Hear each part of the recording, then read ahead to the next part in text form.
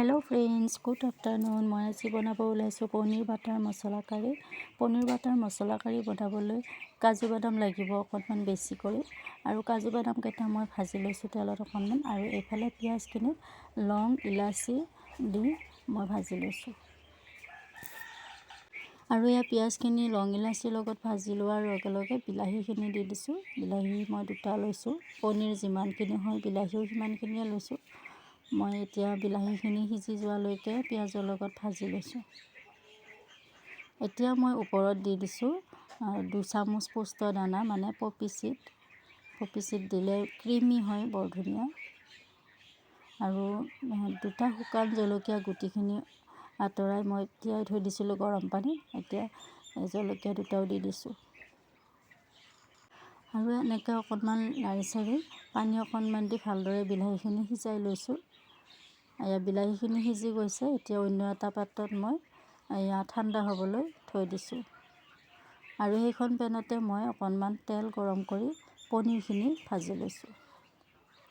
পনীৰখিনি ভাজা হৈ গৈছে। এতিয়া পনীৰখিনিও মই বাচন এখনত তুলি ল'ম।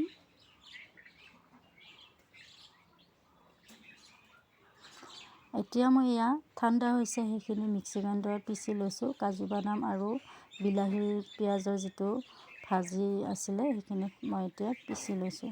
দুবাৰকৈ পিচিছোঁ, এবাৰত পিচিলে বেছি হৈছে সেইকাৰণে। এতিয়া আকৌ টাৱাখন বহাই দিছোঁ, পেনখন বহাই দিছোঁ। এতিয়া পেনখনত আৰু এটা পিঁয়াজ মিহি মিহিকৈ কাটি লৈছোঁ। সৰু পিঁয়াজ লৈছোঁ এইবাৰ, কাৰণ আগতেই পিঁয়াজ দিছোঁৱে। আৰু অকণমান বিলাহী এটাৰ এফাল লৈছোঁ। বিলাহীটো একেবাৰে মিহি মিহি কৰি কাটি লৈ পিঁয়াজৰ লগতে বিলাহীখিনিও মই ভাজি লৈছোঁ আকৌ এবাৰ।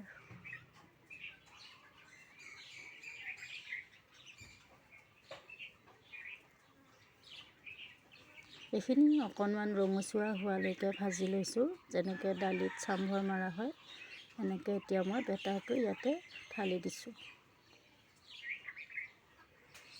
এইখিনিতে কেমেৰাটো অকণমান লৰচৰ হৈছিলে, আধা অকণমান কেমেৰাত বন্দী নহ'লে।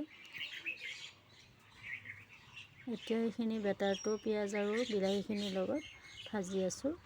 দেখিছেনে কিমান ধুনীয়া ক্ৰিমি হৈছে। অকণমান সময় ভাজি থাকি এতিয়া ভাজি থৈ দিয়া পনীৰখিনি দি দিছোঁ।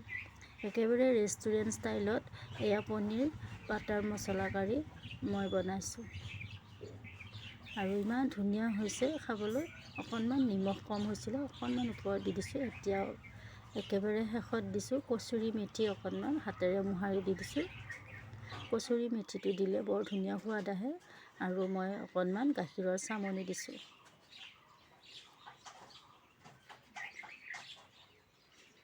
গাখীৰৰ চামনিটোৱে বাটাৰৰ কাম কৰিছে, আৰু এয়া ধুনীয়া হৈছে ৰেষ্টুৰেণ্ট ষ্টাইলত।